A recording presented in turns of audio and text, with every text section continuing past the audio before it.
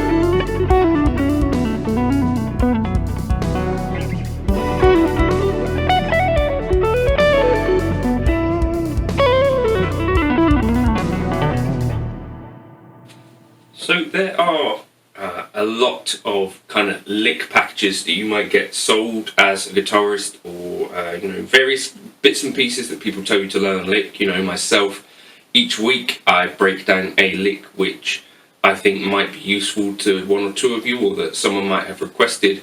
But I wanted to show you today what you should do beyond this point. So in my opinion, doing this with one lick is infinitely more useful than learning about 7 or 8 other licks, because what this does is really solidify the piece of material.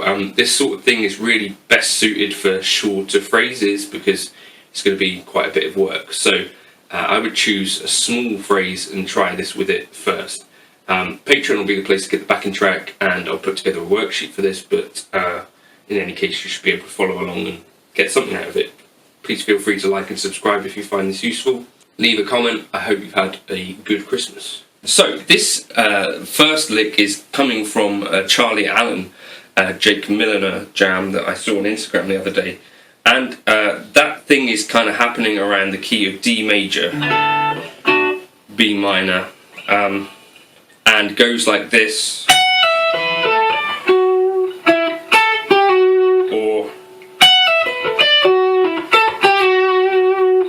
So, what I like to do first of all is pay attention to what beat the lick falls on. So you could do this by sort of listening to where the snare drum falls. So you're like 1, 2, 3, 4, 1. So that starts on beat 2, right? So the lick here actually goes from the 14th fret, the 12th fret, sorry, to the 12th fret on the B string, to the 14th fret on the G string, to the 15th fret on the B string, to the 11th fret on the G string, then back down to the 14th fret on the D string, then 14, 12, 11.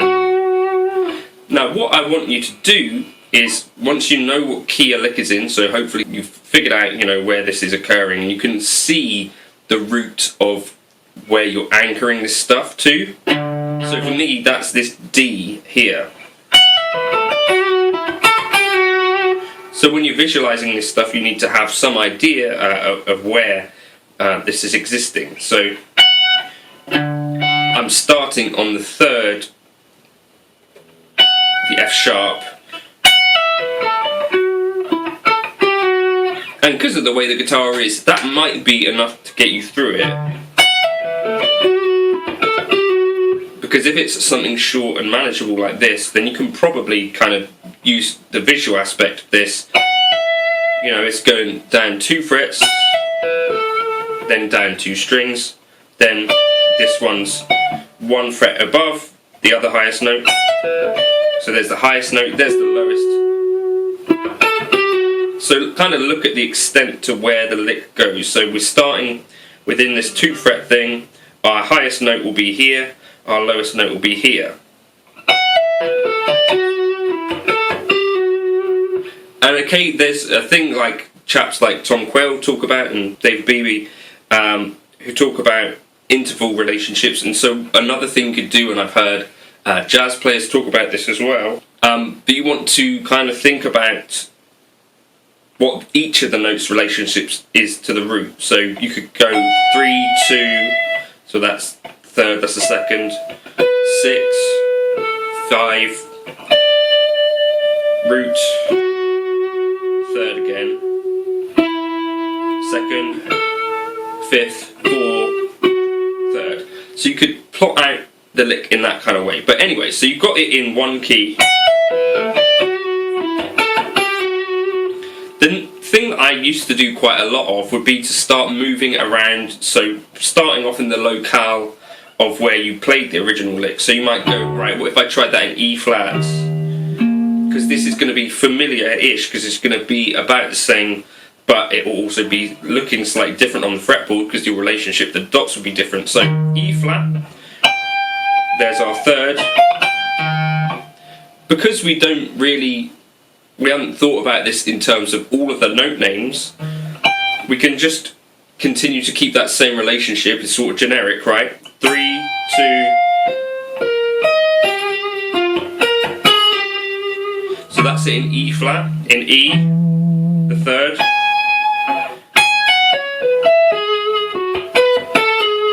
And again, what I'm thinking about in my head is sort of the geographic kind of shape of the lick, what are the highest notes, or how high does it go up on the fretboard, highest note, down to the lowest note. Okay, one other thing that you could do though, instead of just going stepwise, and this is probably the best way to do this, is to try and test yourself in terms of going around a circle of fifths. So we started in D, right?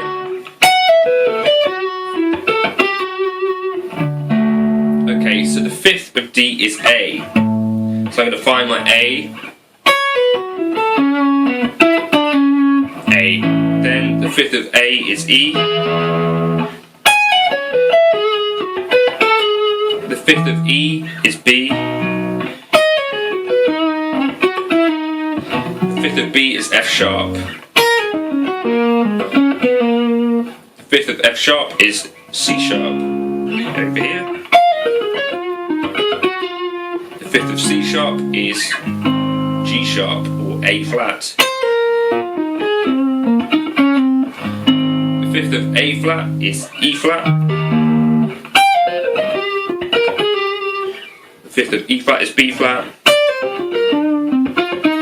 The fifth of B flat is F. The fifth of F is C. The fifth of C is G. And then we're back to D. Really, really smart way to practice this, because it's kind of organised in your mind, so you don't have to think about the jumps, but you're equally jumping all over the fretboard instead of just doing stepwise kind of stuff. Really sensible practice. Another thing you might want to do is consider practicing this in the same key but on a different place in the fretboard. So we've got a third here, right? If we want to play that in the same key, we could find a third somewhere else and try and play the lick. So where else do we have a third? We've got a third here. So we're going to go 3, 2, 6.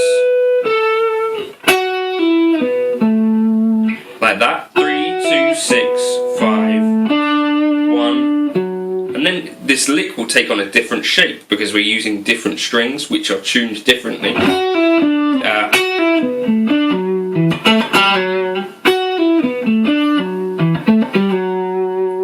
So that is actually, I think, an even slightly more difficult exercise than just moving it around key-wise. Moving it onto different strings and into different locations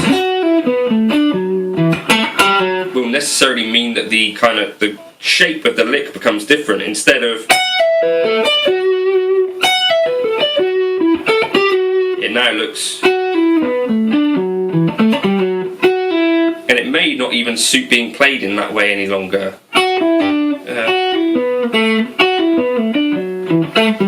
There's one other option.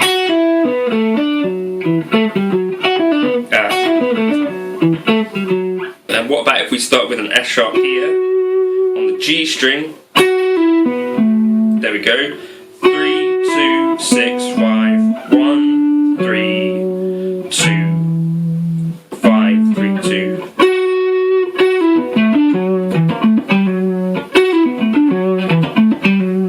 So that's another really smart exercise. So anytime you learn a lick, this is not going to be suited for, things that maybe I don't necessarily think are best categorized as licks. I think when we talk about a lick, what kind of works best is like a little short phrase rather than like a passage which is 32 bars long. I think one is more like a solo or an excerpt or something like that. This is really just like a little short phrase that can be repeated in any key. And you can do this sort of exercise. The first time you do it might take quite a while. Over time, this becomes a little bit quicker, a little bit more natural as you start to think, right, I'm starting on my third. Where's my root? Okay, third, root. And then, the bit that still remains kind of tricky-ish to me is moving to a different string shet. So if we're in A, for example, so 3.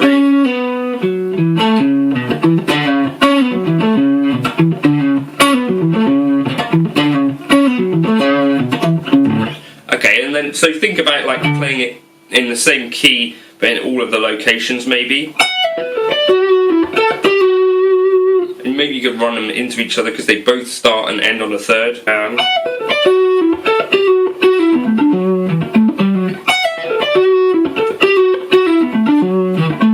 But it starts and ends on a third, worth noting.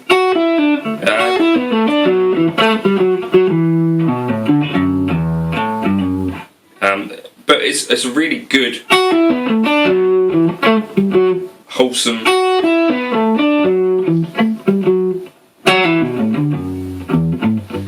sensible and mindful way to practice licks, I think. So next time you're thinking, right, I need to learn 2, 3, 5 licks, maybe just take one. Do this kind of exercise with it, and I think you'll get far more out of it. The licks that I have done this with, things like Charlie Parker, I remember way better than licks that I've only really done this in one key. So hopefully you can see the reason that you might want to do this. So not only does it help you familiarise this lick and see it as an opportunity in every key, but what it also does is help you to do this thing which is incredibly musical, which is finding a piece of repeating material in other keys and in other contexts, as well as helping you to visualize the fretboard, as well as helping familiarize yourself with keys that maybe you don't play so much, around the A flat, D flat, F sharp sort of area. It's all really good kind of practice stuff. So get stuck into it. I would if I were you, because I think it's a fantastic thing to practice, and you do it with basically any short musical phrase, and I think you'd be well advised to do so. Instead of just learning tons of licks in one key, what use is it having 24 licks in A minor if you're playing in C sharp minor? They don't necessarily always transfer unless you learn to transfer these things, like so. Thank you for stopping by. I hope that was vaguely interesting on a Boxing Day morning, and maybe that's the piece, why people talk about learning things in every key. That's kind of why and how. Hope that's useful.